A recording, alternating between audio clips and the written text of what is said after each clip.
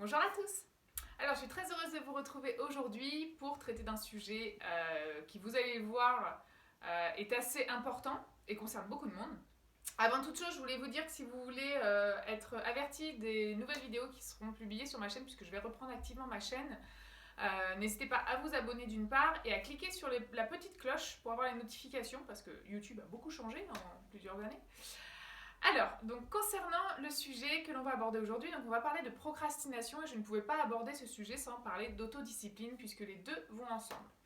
Donc dans un premier temps, ce que je vais faire, c'est que je vais vous donner des astuces anti-procrastination et on parlera aussi des moyens de développer son autodiscipline d'une manière générale, puisque vous allez voir qu'en renforçant l'autodiscipline, forcément vous allez beaucoup moins procrastiner. Alors, quelles que soient les tâches que vous avez à accomplir, et je dirais que vous pouvez commencer dès demain ces petites astuces, vous verrez qu'elles fonctionnent très bien. Ça marche très bien notamment pour les tâches du quotidien, le ménage, les machins, les trucs et les petites choses qui souvent on juge rébarbatives, mais encore une fois, si on les voyait sous un autre angle d'ailleurs, on pourrait avoir moins de mal à s'y mettre. Donc la première règle, c'est mettre à distance toutes les sources de distraction. Voilà, si vous voulez vous canaliser sur un objectif, quel qu'il soit, petit ou grand, on s'en fout, vous mettez à distance les sources de distraction. Notamment le téléphone, notamment Internet, etc., qui sont des moyens d'avoir une satisfaction à court terme très rapide. Ça stimule, en fait, ça s'explique très simplement sur le cerveau, c'est pour ça qu'on devient vite accro à Internet et au téléphone, c'est parce que tout de suite on va stimuler notre circuit de récompense et ça peut devenir extrêmement préjudiciable parce qu'il y a des gens qui passent des heures et des heures sur Internet et finalement qui à la fin de la journée n'ont rien fait vraiment de constructif. Il faut que vous passiez un pacte avec vous-même parce que c'est pas tout de vous dire bon ok je fais pas, enfin la problématique c'est justement de ne pas y arriver.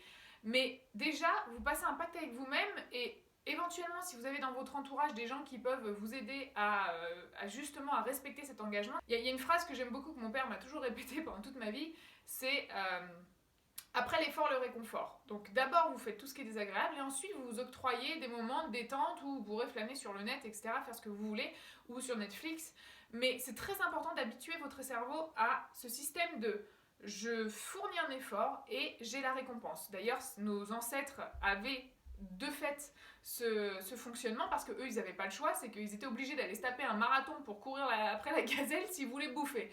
Donc, mais nous, le problème, c'est qu'on a été habitués, malheureusement, avec la société, etc., on a été habitués à avoir beaucoup de choses sans fournir d'efforts. Et c'est ce qui produit ces problèmes de manque d'autodiscipline. La deuxième astuce que je vous recommande, c'est la règle des 3 minutes. Alors, c'est une règle qui fonctionne très très bien aussi parce qu'elle permet de tromper un petit peu le cerveau. Donc en fait, c'est de vous dire tout simplement, bon, allez, je m'y mets que pour 3 minutes, quelle que soit la tâche.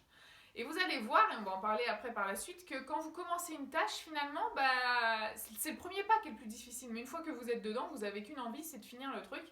Donc c'est la règle des 3 minutes, elle est vraiment applicable pour tout ce que vous faites au quotidien. Commencez les choses 3 minutes et vous vous arrêterez pas au bout de 3 minutes parce que le cerveau sera en route et ça y est, vous aurez fait le premier pas. Autre chose que je vous conseille, c'est de penser constamment à la satisfaction du travail accompli. Quelle que soit la tâche que vous faites, y compris quand elle est rébarbative, on a toujours un sentiment de satisfaction si on fait les choses, quelles qu'elles soient. Voilà, si par exemple vous passez, je vous donne un exemple tout bête, mais si vous passez toute une journée sur Internet, dans votre lit, à rien faire, à la fin de la journée, votre sentiment d'accomplissement, il risque d'être proche de l'opossum comateux. Visualisez déjà, vous savez que j'aime beaucoup la visualisation positive parce qu'elle crée des choses super intéressantes sur le plan cérébral. Donc pensez toujours à ce que vous avez envie de ressentir à la fin de votre journée. Le simple fait de faire même des toutes petites choses dans la journée et de se mettre dans l'action va contribuer aussi à notre bien-être. Quatrième point que je vous conseille, c'est de mettre des minuteurs. Voilà, c'est un truc que j'utilise beaucoup parce que je suis une ancienne... la procrastination et moi, c'était vraiment ma fidèle amie, ce qui m'a permis aussi de malheureusement de passer à côté de beaucoup d'opportunités parce que comme on dit, la procrastination est l'assassin de l'opportunité, c'est vraiment ça. Donc, je vous conseille de mettre donc des minuteurs. Voilà, vous vous mettez des deadlines. Voilà, c'est très important. N'hésitez pas à découper vos journées et à vous dire tiens, telle heure je fais ça, telle heure je fais ça, et j'ai jusqu'à 18 heures pour avoir fait ça, ça et ça. Voilà, donc on va en venir inévitablement au dernier point que je voulais aborder avec vous pour ces astuces anti-procrastination, c'est le fait de faire des listes. Voilà, le fait de lister vos objectifs, c'est très important pour le cerveau, d'avoir tout noir sur blanc. Puis déjà, ça vous permet de ne pas avoir des pensées éparpillées et de partir dans tous les sens. Et ça vous permet de rester focus sur vos objectifs. Donc ce que vous faites, vous listez, alors la veille au soir, c'est mieux de le faire la veille au soir, parce que le matin déjà on peut être moins motivé. Le soir, voilà, en plus on va aller se coucher, donc il y a le cerveau qui va accumuler l'information. Donc vous faites votre liste, vous écrivez, alors attention, un truc aussi, pour ceux qui procrastinent beaucoup, allez-y doucement, c'est-à-dire vous ne faites pas des listes de dingue dès le début si vous êtes habitué à ne faire que 2 ou 3 tâches, ou si depuis le confinement, vous êtes réduit à l'opossum en fin de vie. Voilà, vous y allez progressivement et surtout, vous faites les tâches, vous commencez par faire vraiment des tâches qui sont à votre portée, pas des trucs tout de suite mirobolants. Vous y allez petit à petit, vous vous réhabituez à vous mettre dans l'action. Autre chose que je vous conseille de faire aussi, c'est de faire les tâches les plus désagréables en premier. Pourquoi ? Parce que si vous faites les tâches, si vous commencez par les tâches les plus agréables et que petit à petit ça monte crescendo, il y a un moment donné, vous allez voir que la motivation, elle va baisser. Alors que si vous commencez par le plus désagréable, en plus le matin, si vous mettez dans une bonne dynamique, si vous suivez mon challenge de 21 jours sur Facebook, normalement le matin vous êtes déjà dans une bonne dynamique, avant même de prendre le petit-déj. Donc vous y allez, vous continuez. Et là, vous allez être donc dans votre premier objectif qui va être peut-être un peu rébarbatif. Je ne sais pas si c'est par exemple sortir les poubelles, si c'est rébarbatif pour vous. Eh bien, vous verrez que vous aurez une motivation suffisante et qu'après, petit à petit, même si l'énergie baisse, vous vous direz, bah, de toute façon, voilà, mes tâches, elles sont de plus en plus agréables. Donc, voilà, c'est de plus en plus facile et le cerveau sera moins sollicité et l'effort de volonté sera moins conséquent aussi. J'insiste bien quand même sur le premier point, voilà, détournez votre attention de la gratification immédiate, quelle qu'elle soit. Donc ça peut être la nourriture, ça peut être le téléphone, ça peut être les addictions en tout genre. Voilà, si vous vous sentez addict, après les addictions feront l'objet d'une autre vidéo.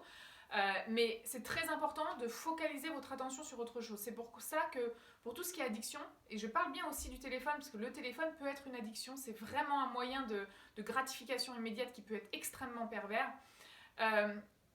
Détournez votre attention. On ne casse pas une addiction sans la remplacer par quelque chose d'autre. Pensez bien à ça. On y arrive beaucoup mieux, le cerveau y arrive beaucoup mieux lorsqu'on remplace. Maintenant, donc, nous allons aborder l'autodiscipline d'une manière générale. Ce qui est très paradoxal avec l'autodiscipline, c'est que pour user d'autodiscipline, il faut en avoir. C'est-à-dire que le moment où tu vas décider de te reprendre en main et d'avoir une autodiscipline à toute épreuve, il va falloir qu'à un moment donné, tu uses de volonté. C'est ça qui est très paradoxal et qui est extrêmement difficile parce que tu vas devoir changer tes habitudes et changer ton mode de fonctionnement. Et ça, c'est pas évident du tout. C'est pour ça que n'attendez pas d'arriver vraiment au plus bas du truc. Hein. Essayez de prendre des bonnes habitudes tout de suite. Par contre, il y a des choses qui vont vous aider à développer votre autodiscipline. Et vous allez voir, ce sont des choses qui en font preuve. Mais ce sont des choses qui sont relativement faciles. Donc, ce qui est très important, c'est de vous donner des objectifs donc, qui sont faciles au début pour augmenter cette autodiscipline. L'autodiscipline, tout se crée au niveau du cortex préfrontal. Et si vous n'entraînez pas cette autodiscipline, il est normal que vous n'en ayez pas. C'est comme un sportif de haut niveau, s'il ne s'entraîne pas ou s'il s'entraîne une fois par mois, etc., ça ne sera pas suffisant. Mais la bonne nouvelle, c'est que si vous commencez à entraîner cette partie qui est ici, vous allez voir que petit à petit, vous n'aurez plus d'efforts à fournir. J'ai utilisé ces règles-là dans le challenge de 21 jours pour justement changer vos habitudes. Donc on change les habitudes par en plus des choses qui sont plutôt agréables à faire, qui permettent de travailler sur soi, notamment vous verrez sur le challenge pour celles et ceux qui n'y sont pas encore, et vous tomberez donc sur tout un emploi du temps et vous verrez que tout ce que j'ai mis en place, ce sont des choses qui vont vous permettre aussi, en plus, de vous créer une routine qui va changer vos habitudes et qui va pouvoir petit à petit, je dis bien petit à petit, vous créer une autodiscipline. Voilà, il n'y a pas de secret pour se remettre bien sur les rails, il faut changer. Voilà, si tu veux plus te sentir comme d'habitude, il faut changer tes habitudes. Il y a aussi une question que je vous invite à vous poser parce que le manque d'autodiscipline et la procrastination peuvent aussi être dus à des objectifs qui ne sont pas suffisamment motivants. Donc, évidemment, ça, je parle des grands objectifs de vie. Je ne parle pas de faire le ménage, faire la vaisselle, ça, ce sont des tâches qui sont obligatoires, mais croyez-moi, elles sont nécessaires parce que dans la vie, on n'a pas de satisfaction si on ne connaît pas son opposé. Voilà, on n'apprécie pas les jours de soleil si on n'a pas les jours de pluie. C'est exactement la même chose. Donc dites-vous que toutes ces tâches, même si elles sont désagréables pour vous, elles vous permettent aussi d'apprécier au centuple les moments de détente. Donc ce qui est important, c'est vraiment de définir vos objectifs et déjà de vous demander pourquoi je ne suis pas motivée à le faire. Si c'est important pour moi, Donc je parle des grands objectifs de vie là, hein. Si c'est important pour moi, que ce soit professionnellement parlant ou sur le plan personnel, amoureux, pourquoi je ne suis pas motivée à le faire? Qu'est-ce qui fait que j'ai pas le moteur? Alors, ça peut être beaucoup de choses. Ça peut être la peur de l'échec, ça peut être le perfectionnisme, ça peut être énormément de choses. Mais ça, ce sont des choses qu'après, on traite en amont. Mais c'est important de le définir pour savoir déjà d'où vient le mal et le traiter à la source, en fait. Mais ensuite, une fois que vous avez la réponse à ces questions, peut-être aussi que simplement vos objectifs à l'instant T, ceux que vous vous êtes fixés, ne sont peut-être pas forcément les vôtres, ils sont peut-être dictés par d'autres personnes.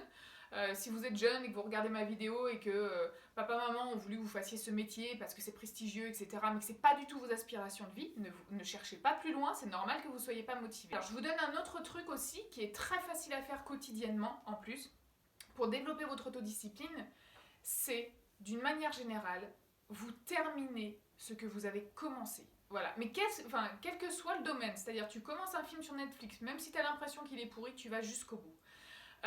Si tu commences une tâche, même si c'est un truc, tu te disais, tu en faisais un truc mirobolant, au final ça te déçoit un peu, tu vas jusqu'au bout.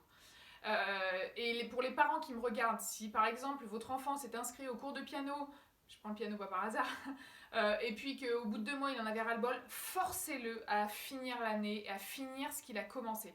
C'est hyper important parce que, surtout quand on est enfant, là le cerveau est vraiment en pleine maturation et c'est vraiment là qu'on peut instaurer des bonnes habitudes. Il est très important de commencer une tâche et de la terminer quelle qu'elle soit parce que c'est comme ça justement que vous forgez votre autodiscipline. Voilà, allez au bout des choses. En plus, rien ne vous dit que ce film sur Netflix que vous pensez au bout de 20 minutes il a l'air pourri, mais ça se trouve il est super bien au bout de la 21e minute. Et on peut passer à côté finalement d'un bon film. Et c'est important d'aller au bout des choses d'une manière générale. Ça vous cadre en fait, ça vous donne des repères. Donc allez au bout des choses, quelle que soit l'activité que vous faites, vous allez au bout. Et ensuite, vous pourrez vous positionner, parce que souvent, quand on ne va pas au bout aussi, on pense avoir un avis sur la question, mais si on ne le fait pas dans sa globalité, notre avis il est biaisé par définition. Autre chose que je vous recommande, donc, et là c'est vraiment, je vous fais part aussi de mon expérience personnelle, c'est l'activité physique. S'il y a bien quelque chose pour développer l'autodiscipline, c'est bien ça. Pourquoi? Parce que dans l'activité physique, par définition, vous fournissez un effort. Alors évidemment, ça, je parle de ça pour celles et ceux qui sont aptes à le faire. C'est hyper important. Quelle que soit l'activité physique que vous choisissez, alors choisissez quelque chose qui vous plaît, c'est important. Mais attention à noter que le sport peut vraiment rebuter au début, surtout pour les personnes qui justement ont du mal avec le fait de fournir un effort, parce qu'on fournit un effort dans l'activité physique. Mais on peut y prendre goût et justement on y prend très souvent goût, c'est souvent ce qui se passe quand on est régulier et rigoureux. Pourquoi? Parce que chez n'importe quelle personne vous allez sécréter des bonnes hormones, notamment le sport a un effet antidépresseur.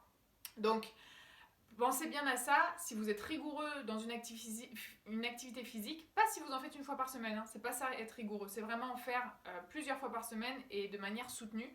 Peu à peu, vous allez développer sans doute une envie de faire du sport, ça va devenir un besoin, une nécessité. Et ce qui est intéressant dans l'activité physique, c'est que le fait de se surpasser, parce que quand on fait une activité physique, on se dépasse, ça va vous forger aussi votre système de volonté. Vous allez donc entraîner votre cortex préfrontal à la volonté. Voilà. Et je vais même vous donner un petit truc personnel que j'avais mis en place donc quand je suis sortie des troubles alimentaires qui m'a énormément aidée. Donc moi j'étais allergique au sport, hein. J'étais l'opposé de celle que je suis maintenant, c'est bien simple. Donc j'étais vraiment allergique au sport et maintenant je suis devenue vraiment, j'ai besoin du sport parce que c'est quelque chose qui me permet d'être équilibrée, d'être bien dans ma peau, d'être bien dans ma tête. Je me sens bien quand je fais du sport, c'est vraiment quelque chose de bénéfique tout simplement et qui me fait du bien. Et un petit truc donc, que j'ai fait quand je suis sortie des troubles alimentaires notamment, c'est que je me suis conditionnée pour ne... En fait, je me suis instauré une règle, c'est tu manges pas. Alors, je faisais mon sport le matin et c'était tu ne manges pas à midi si jamais t'as pas fait ton sport. Je vous garantis que je faisais mon sport. Parce que et ça, je me le suis forgé toute seule, c'est-à-dire c'est une règle que je me suis imposée à moi-même et qui m'a vraiment, véritablement changé la vie. Après, attention, c'est mon cas personnel, je vous fais part d'un cas personnel, mais vous pouvez tout à fait trouver autre chose, d'autres astuces. Je vous conseille aussi de vous réveiller tôt le matin. Alors pourquoi? On dit toujours l'avenir appartient aux gens qui se lèvent tôt. C'est parce qu'en ayant une autodiscipline, c'est surtout un horaire strict auquel vous vous réveillez, D'une manière générale, évidemment, si vous vous couchez tôt le soir, ce que je vous recommande pleinement parce que nous sommes des êtres, normalement nous sommes censés dormir au coucher du soleil, hein. Donc on dort beaucoup plus tard en règle générale. Donc vous couchez tôt et vous levez tôt le matin va vous mettre dans une énergie, dans une certaine énergie. Et vous allez avoir aussi, vous allez développer une rigueur qui va être aussi, utile pour développer l'autodiscipline. Se lever tôt, tu es dans une énergie, tu as ça et ça à faire. Si tu te lèves à n'importe quelle heure, que tu te couches à n'importe quelle heure, que tout est déréglé dans ta vie, que tu manges à n'importe quelle heure, comment veux-tu avoir des repères? Déjà, c'est hyper... moi, je trouve que c'est hyper anxiogène, justement, de vivre comme ça. Gardez une phrase en tête aussi, c'est que le contrôle de votre vie passe par le contrôle de votre esprit.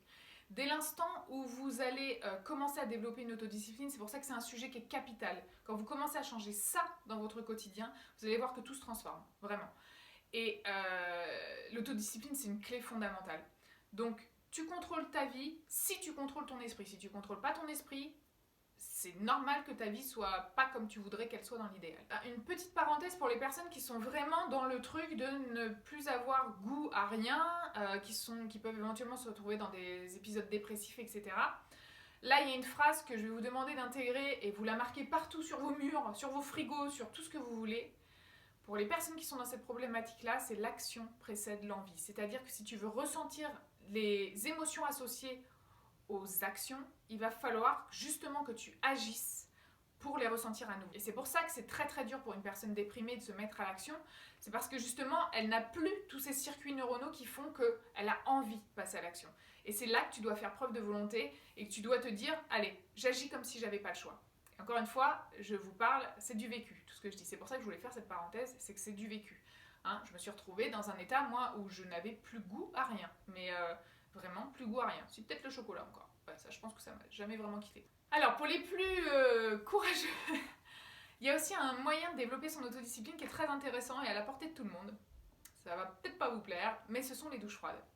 Alors, pour celles et ceux que ça intéresse, je vous laisserai approfondir le sujet de la méthode Wim Hof. Voilà, qui est une méthode qui a fait ses preuves et qui est extrêmement bénéfique déjà pour stimuler le système immunitaire, etc. Mais surtout pour travailler la volonté. C'est à la portée de tous. Et encore une fois, pour ceux qui ont envie de le faire, en plus là on arrive au beau jour, c'est vraiment un outil. Alors tu fais ça le matin en plus, déjà ça te réveille, ça te met dans une énergie de dingue. Et petit à petit, si tu fais cet exercice là tous les matins, la douche froide, ça demande un effort de volonté de dingue, puisque c'est par définition quelque chose au premier abord de désagréable. Mais tu vas voir que plus tu habitues ton corps, faites bien les exercices de respiration, c'est pour ça que je vous parle de la méthode Wim Hof, c'est que c'est vraiment, il y a une respiration à faire avant. Dernière petite chose, n'hésitez pas à regarder 3 fois cette vidéo. Je vais vous expliquer pourquoi, c'est très simple. C'est que le cerveau a besoin de regarder les choses 3 fois pour les intégrer. Donc la première fois, il écoute, la deuxième fois, il accepte, et la troisième fois, il intègre. C'est pour ça d'ailleurs que dans les publicités, on vous répète souvent 3 fois la même chose. C'est super rébarbatif parce que là, en l'occurrence, ça ne vous sert pas à grand chose dans les pubs. Enfin, juste à vous lobotomiser, hein, c'est l'essence même de la publicité. Pareil pour la télévision, les médias, etc.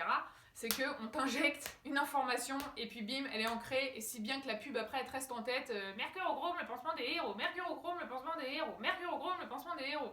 Tu vois, ça c'est une pub que j'ai dû entendre il y a approximativement 20 ans. Elle est toujours dans ma tête. Et c'est là, en l'occurrence, pour cette vidéo, pourquoi je vous dis de la regarder 3 fois, mais pas d'affilée, hein. Vous pouvez la regarder la première fois présentement, et puis dans quelques heures, ou demain, ou après-demain. Par contre, choisissez un laps de temps réduit, et vous allez voir que votre cerveau va commencer à assimiler vraiment les choses. Et ce qui est intéressant, c'est que vous allez avoir envie de passer à l'action par rapport à cette vidéo. Si vous la regardez qu'une fois, vous pouvez très vite la mettre de côté et vous dire ouais bon, ok, elle est bien gentille, mais ouais, mais moi j'ai pas trop envie de faire ça, etc. Bon, attention, la personne que vous êtes aujourd'hui, elle aura toutes les bonnes raisons du monde pour pas passer à l'action, parce que vous êtes identifié à elle par définition. Donc, pensez à ça, hein. Les neurosciences nous ont vraiment là-dessus, sur ce sujet-là, les neurosciences sont d'une aide précieuse parce que maintenant on sait comment fonctionne le cerveau, on sait comment aussi on peut changer nos circuits neuronaux. Donc, allez-y, faites, agissez, écoutez 3 fois cette vidéo, ou 8 fois ou 10 fois si vous en avez besoin, mais 3 fois normalement ça devrait suffire, et passez à l'action. Prenez soin de vous, n'oubliez pas que vous êtes celui que vous décidez d'être, et je vous dis à très bientôt dans une prochaine vidéo. Ciao.